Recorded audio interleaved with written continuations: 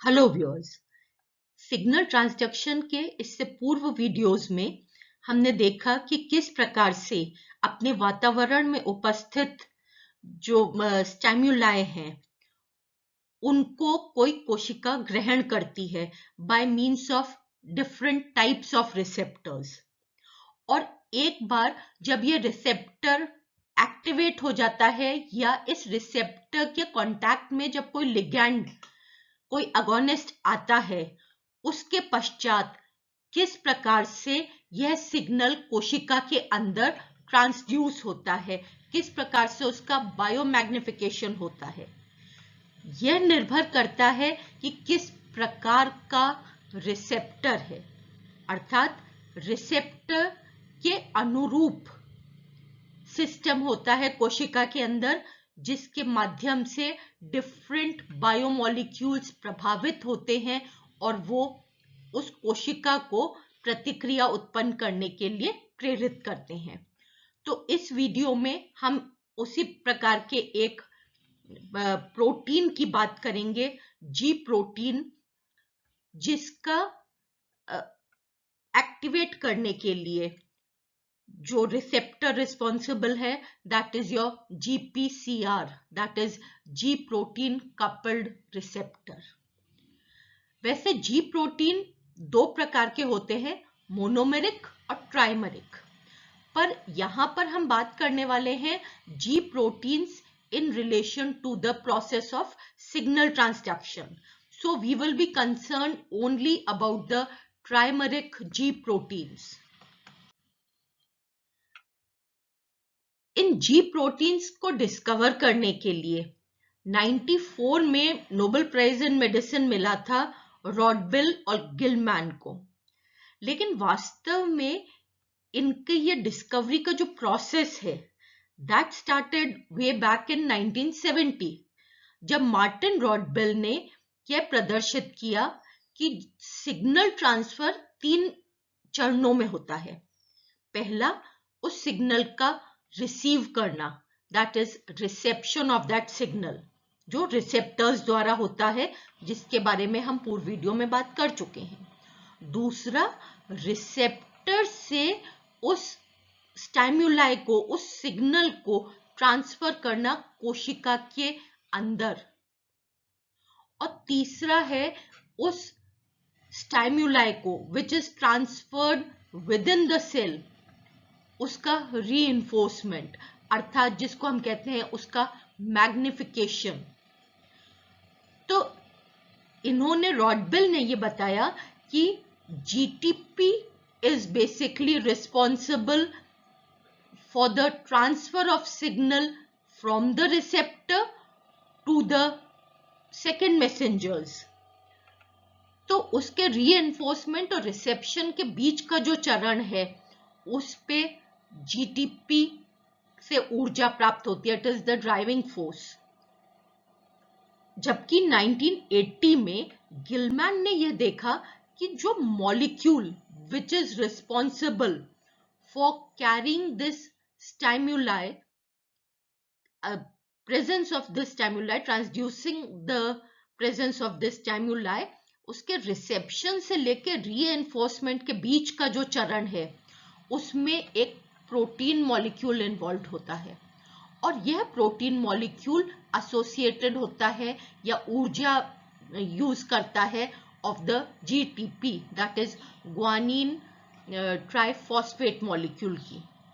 और इसलिए उन्होंने इस प्रोटीन को कहा जी protein, that is the protein that is associated with the guanine.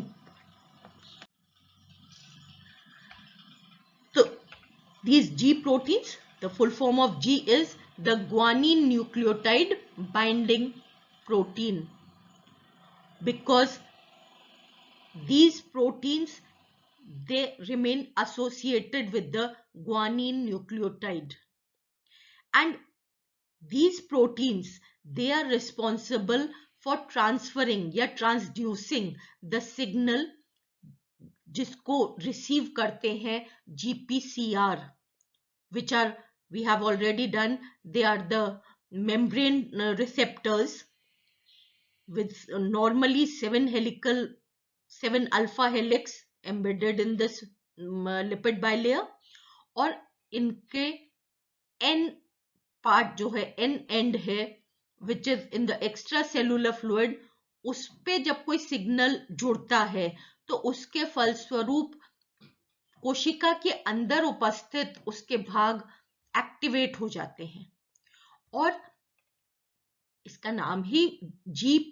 Protein coupled receptor है। तो इसके सी भाग पे उपस्थित विभिन्न मतलब जो अमीनो एसिड्स हैं वो एसोसिएटेड रहते हैं जी प्रोटीन से, तो जिसको ये एक्टिवेट कर देते हैं। तो इस प्रकार से on the C end of this GPCR are present the G proteins, the trimeric G proteins. Trimeric क्योंकि 3 सब यूनिट्स के बने हैं, अल्फा, बीटा और गामा, और इस alpha, beta, gamma subunit पे ग्वानिन एसोसिएटेड रहेगा,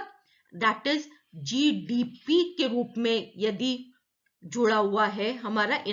then it is the inactive heterotrimeric G protein,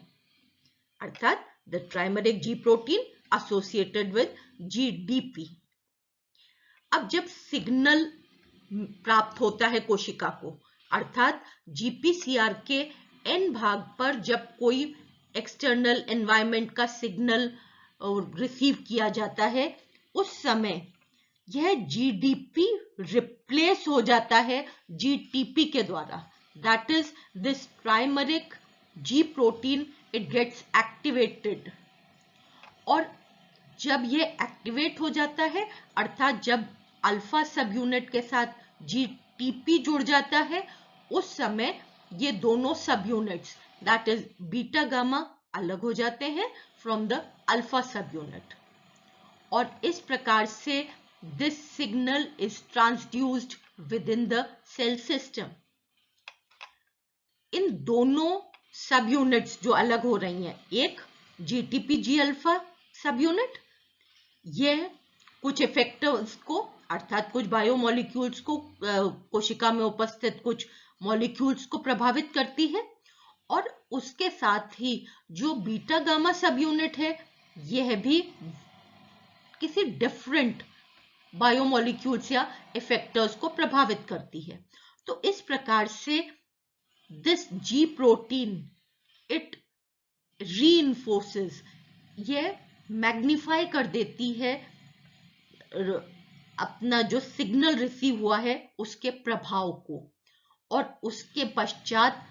जब ये वापस से जीटीपी जीडीपी में इसका हाइड्रोलिसिस हो जाता है, it transfers its energy to some other molecule, उस समय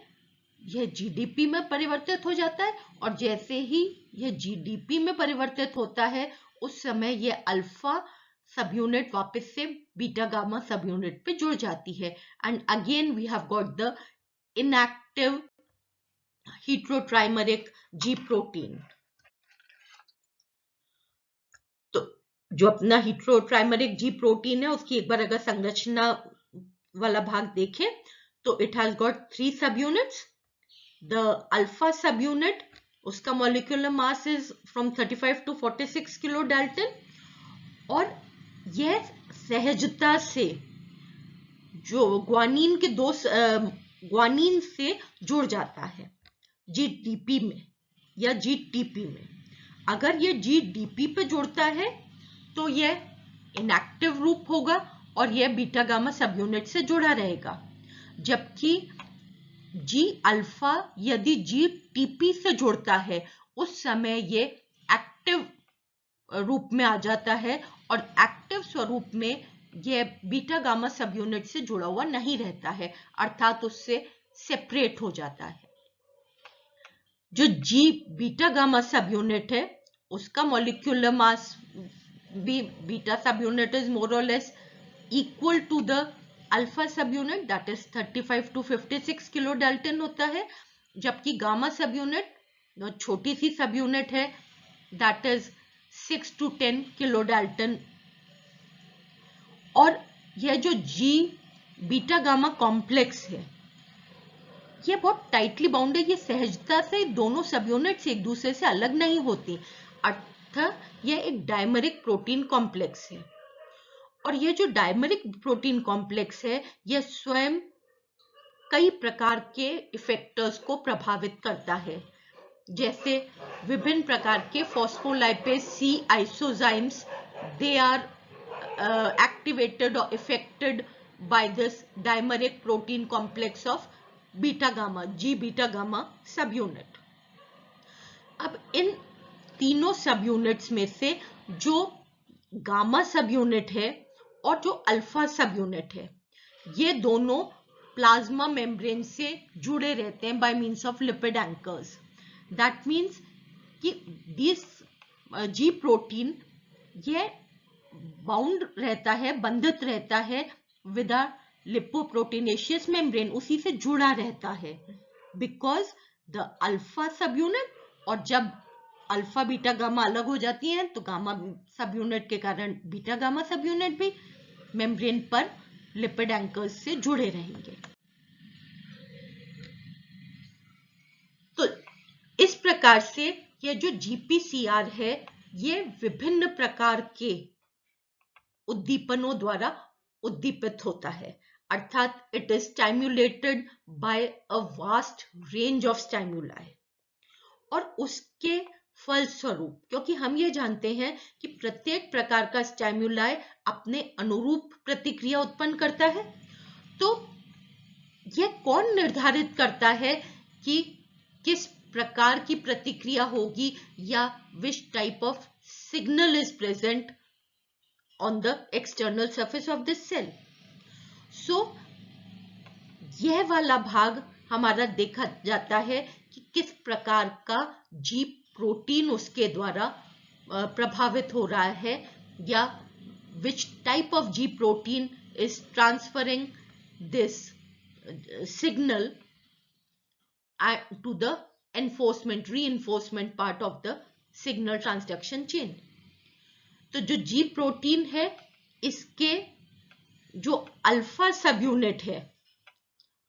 वो स्पेसिफिसिटी प्रदान करती है, या इसके ये कह लीजिए ये जो तीन प्रकार के सब यूनिट्स हैं अल्फा बीटा गामा यह विशिष्टता प्रदान करते हैं किसी भी जी प्रोटीन को। और सेम जीपीसीआर कई प्रकार के उद्दीपनों द्वारा स्टिम्युलेट हो सकता है और प्रत्येक स्टिमुलाई अपने अनुकूल रिस्पॉन्स जनरेट कर सकता है, but the basic mechanism it remains the same. Basic mechanism क्या है कि जो ग्वानिन न्यूक्लियोटाइड डिसएसोसिएशन इनहिबिटर्स हैं GDIs, guanine nucleotide dissociation inhibitors, यह इस चीज को सुनिश्चित करते हैं कि जी प्रोटीन पर जीडीपी जुड़ा रहे। और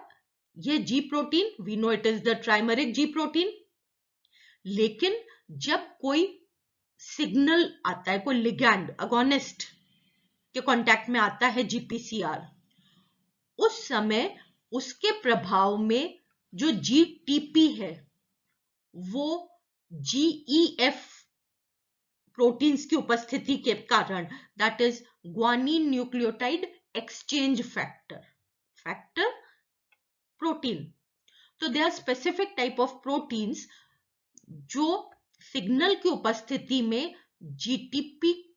के द्वारा इस जीडीपी को रिप्लेस कर देते हैं। And once this G protein it gets associated with the guanine triphosphate molecule, it gets activated। once activated, अभी हमने देखा अल्फा सब यूनिट अलग हो जाएगी, बीटा गामा सब यूनिट अलग हो जाएंगे और दोनों प्रोटीन्स अर्थात G alpha protein activated GTP के कांटेक्ट में और G beta gamma dimeric complex protein, both they effects different type of effector proteins और उन्हीं के अनुरूप वो किस प्रकार के इफेक्टर या कौन कौन से इफेक्टर प्रोटीन्स को प्रभावित कर रहे हैं, उसके अनुरूप सेलुलर रिस्पॉन्स जनरेट हो जाएगा। अब जीटीपीएस एक्टिवेटिंग प्रोटीन्स जो उपस्थित होते हैं कोशिका में,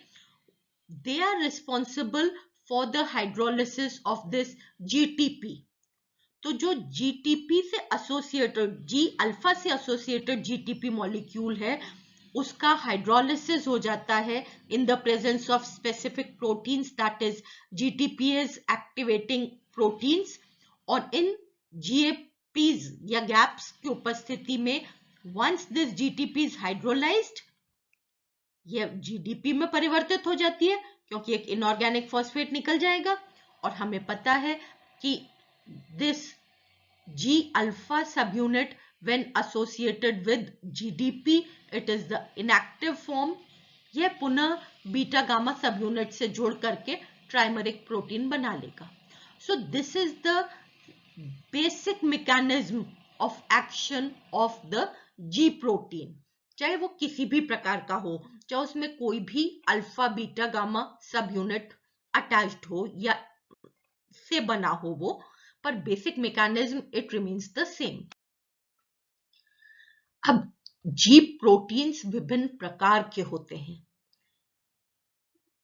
इनका जो क्लासिफिकेशन है, how many types of G proteins are there, या how can you classify G proteins, तो जी प्रोटीन्स को मुख्यतः उनकी अल्फा सब यूनिट के आधार पर 4 फैमिलीज में डिवाइड किया गया है।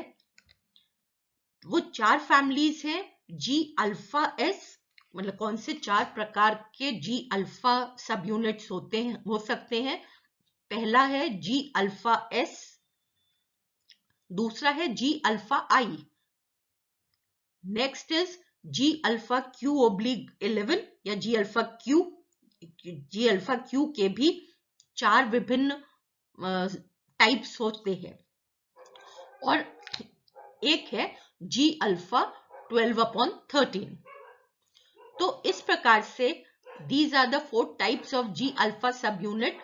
और इन G alpha subunits के द्वारा विभिन्न प्रकार के इफेक्टर मॉलिक्यूल्स प्रभावित होते हैं, उसी के आधार पर इनके नाम हैं। जैसे जो G alpha S है, वो एडेनिल साइक्लेज की गतिविधि, एक एंजाइम है एडेनिल साइक्लेज, उसकी गतिविधि को स्टाइम्युलेट करता है, जबकि जी अल्फा आई इस एडिनाइल साइक्लेज की एक्टिविटी को इनहिबिट करता है, इसलिए आई, ये सिंबल इनहिबिशन का है। इसी प्रकार से जो अल्फा क्यू है, that is responsible for the activation of PLC, that is phospholipase C enzyme। और जो G अल्फा 12/13 है, यह विभिन्न small GTPase families, different monomeric G proteins को एक्टिवेट करता है, रो, रैस, और इसके फलस्वरूप, मतलब these are the effector molecules, और इसके फलस्वरूप इनके अनुरूप सिग्नल ट्रांसडक्शन चेन स्टार्ट हो जाती है। इसी प्रकार से बीटा गामा जो सब यूनिट है, डायमरिक कॉम्प्लेक्स, ये अपने स्पेसिफिक प्रोटीन्स को, इफेक्टर मॉलिक्यूल्स को करती है, जैसे आयन चैनल्स, और इसके कारण आयन चैनल्स खोलना या बंद करना, उनको रेगुलेट करना, और इसके कारण यह जो सिग्नल हमको प्राप्त हुआ था on the external surface of the cell membrane by means of this GPCRs, it is transduced within the cell. और देखिए ये हो गया इसका रीइंफोर्समेंट, मैग्निफिकेशन, बिकॉज एक ही जी प्रोटीन कई प्रकार की साइकिल्स को इनिशिएट कर सकता है, अल्फा सब यूनिट के कारण और बीटा गामा सब यूनिट के कारण, और उसके द्वारा कई मॉलिक्यूल्स एक्टिवेट हो सकते हैं जी प्रोटीन के, एक बार लिगैंड जीपीसीआर पे जुड़ा तो in this way this cycle it magnifies itself.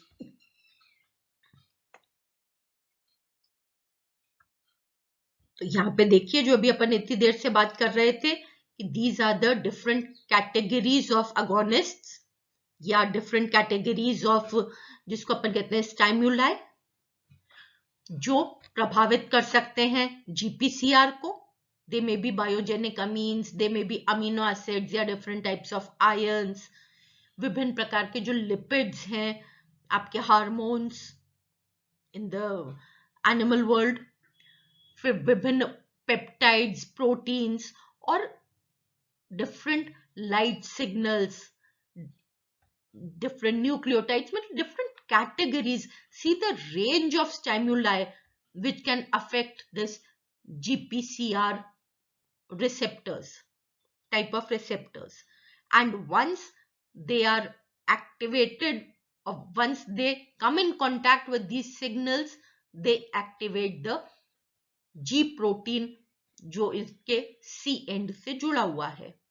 और अपनी अल्फा सब यूनिट के अनुरूप विभिन्न इफेक्टर मॉलिक्यूल्स को प्रभावित कर सकता है यह जी प्रोटीन, और अपने बीटा गामा सब यूनिट के द्वारा भी प्रभावित कर सकता है ये different types of different category या क्लास ऑफ इफेक्टर प्रोटीन्स को, और उनके जिस प्रकार का इफेक्टर एक्टिवेट होगा उसके अनुरूप हमारी अलग रिस्पॉन्स जनरेट होगा. और इन कौन से इफेक्टर मॉलिक्यूल्स हो सकते हैं और उनका क्या प्रभाव होता है, किस प्रकार से के रिस्पॉन्स जनरेट करने में वे सक्षम हैं, उनके बारे में हम अपने आने वाले वीडियोस में और बात करेंगे. तो इस प्रकार से हमने देखा कि if we try to summarise the G protein or the role of G protein in signal transduction, it is that when signal is received by GPCR, उसके आंतरिक भाग में, that is towards the intracellular part of this lipid bilipid membrane, वहां पे उपस्थित G protein activate हो जाता है. यह जी प्रोटीन ट्राइमरिक यूनिट है जिसकी अल्फा और गामा सब यूनिट लिपिड एंकर्स के द्वारा इस मेम्ब्रेन से जुड़ी रहती हैं. इनएक्टिव अवस्था में जी अल्फा पे जीडीपी एसोसिएटेड होता है और सिग्नल मिलने पर इन the presence of the signalling molecule जो जीटीपी है यह रिप्लेस कर देता है जीडीपी को. जैसे ही अल्फा सब यूनिट एक्टिवेट होती है by the attachment of this GTP, उस समय these